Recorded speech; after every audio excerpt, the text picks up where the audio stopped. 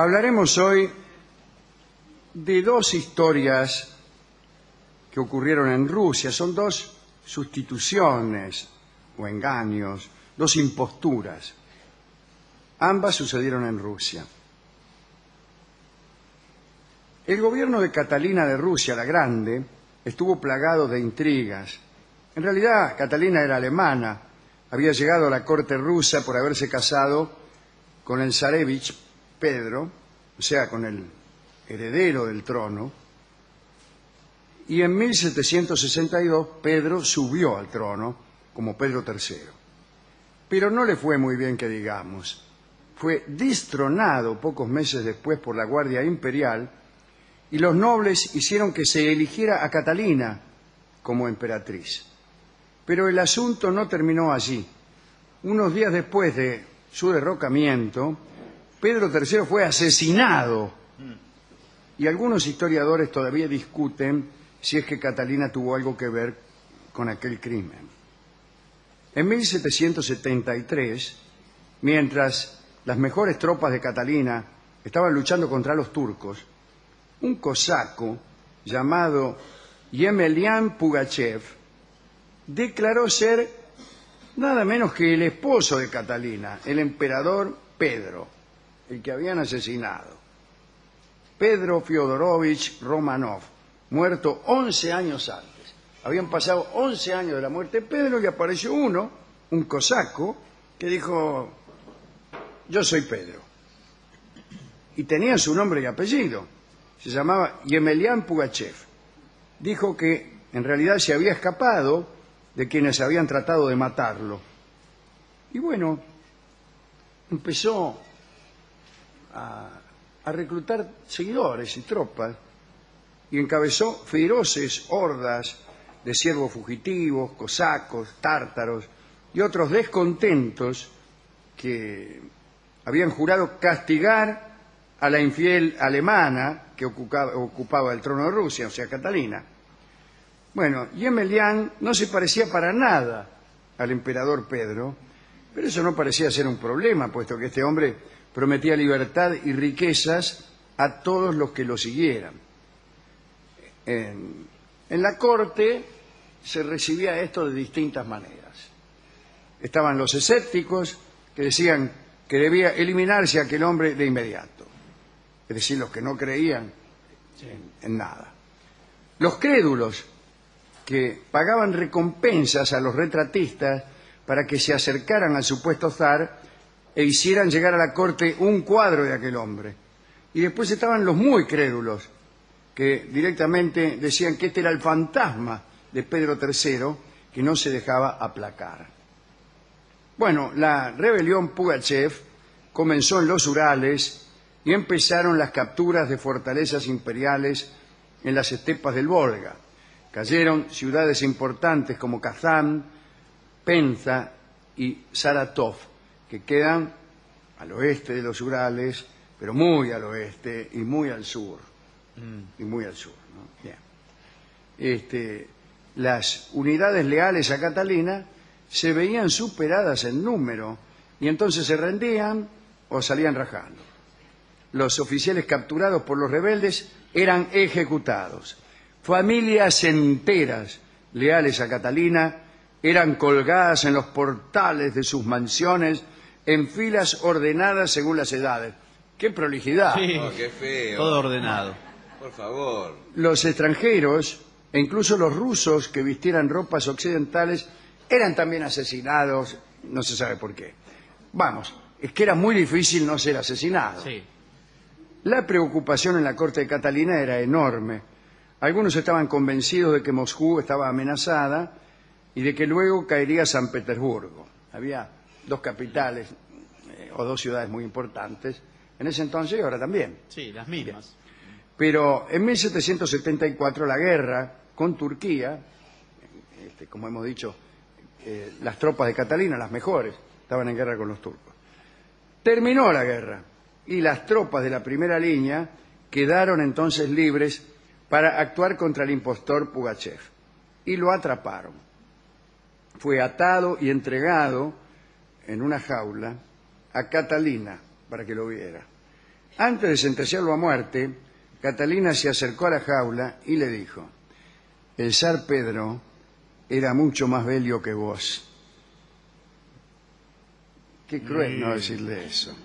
Bueno, eso no fue lo peor, porque lo peor fue que lo mataron el 10 de enero de 1775. Fue decapitado. Asimismo, los seguidores del falso zar fueron perseguidos y marcados. Se cortaron lenguas, narices, orejas. Los peores ofensores del trono fueron colgados en unas armazones erigidas sobre balsas que luego se dejaban flotar y arrastrar por la corriente para que sirvieran de lección a los sobrevivientes escondidos río abajo. No así a los que estaban escondidos río arriba. El río que se usó fue el Volga, ya que justamente esas ciudades que yo les marqué son ciudades de la cuenca del Volga. Bien. Al mismo tiempo de esto que acabamos de contar, apareció otro pretendiente al trono. En este caso, la impostura no era sustitutiva. Sucedió que apareció una muchacha que dijo ser la hija de la ex emperatriz Isabel y del llamado emperador de la noche, Alexis Razumovsky. Esta pareja era de antecesores al trono de Catalina. Aquella pareja, Isabel y Alexis, no había tenido descendencia. De haber tenido descendencia, Catalina no hubiera sido zarina. Entonces, cuando apareció una hija de Isabel y de Alexis, desde luego esta hija tenía mejores derechos al trono que la propia emperatriz en ejercicio. Bien, esta sorpresiva princesa se hacía llamar Isabel Tarakanova y andaba de una capital a otra contando acerca de su ascendencia.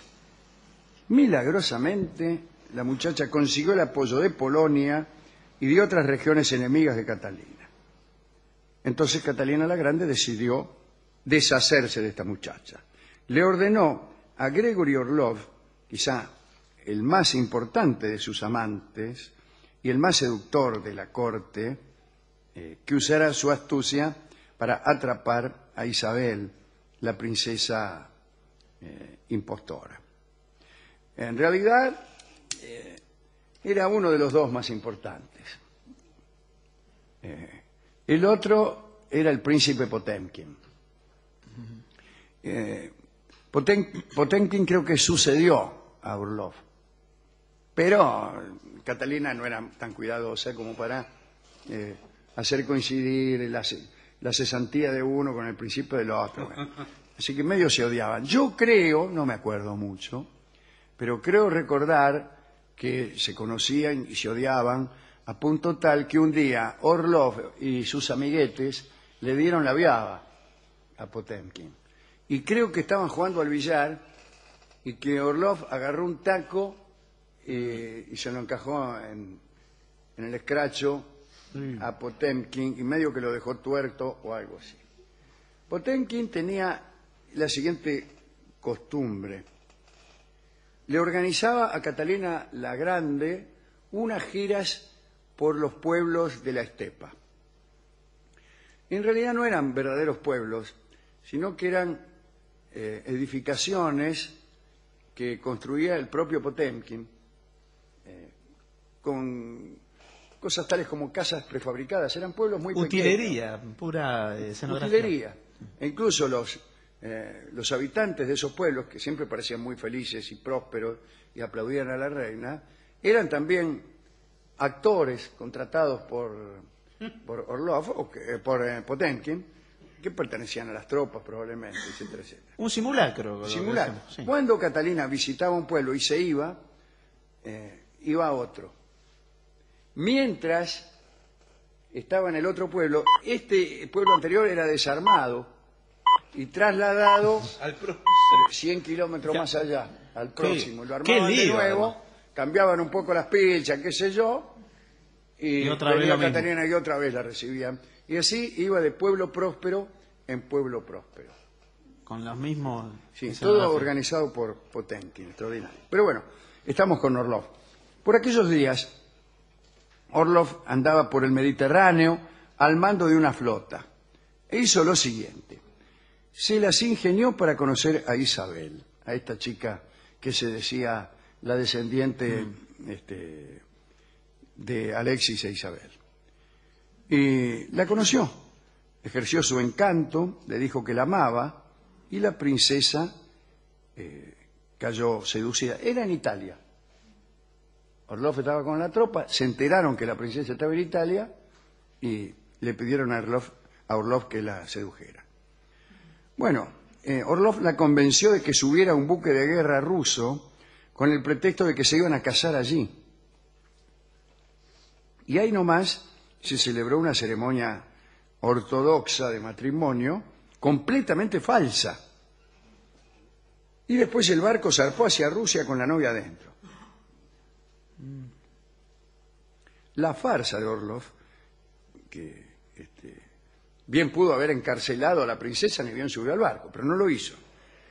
Pero la farsa continuó durante todo el viaje y dicen que aprovechó intensamente su condición de marido en el mejor camarote. Apenas tocaron puerto, si me permiten la expresión, Sí. Orlov se despidió e Isabel Tarakanova fue engrillada y llevada a prisión. De golpe le habría dicho, mirá, tengo algo que decir, te dijo Orlov mientras se ponía los lienzos. Sí. Bueno, desde su calabozo en la fortaleza de Pedro y Pablo, la princesa escribió cartas lastimeras a Catalina en las que rogaba piedad, pero fue en vano. Isabel murió el 4 de diciembre de 1775 de tuberculosis. Algunos dicen, pero parece que es solo una leyenda, que murió ahogada en su celda por la inundación del Neva, el río, ¿no?, que alcanzó la fortaleza. Bueno, estos son dos impostores que fueron castigados.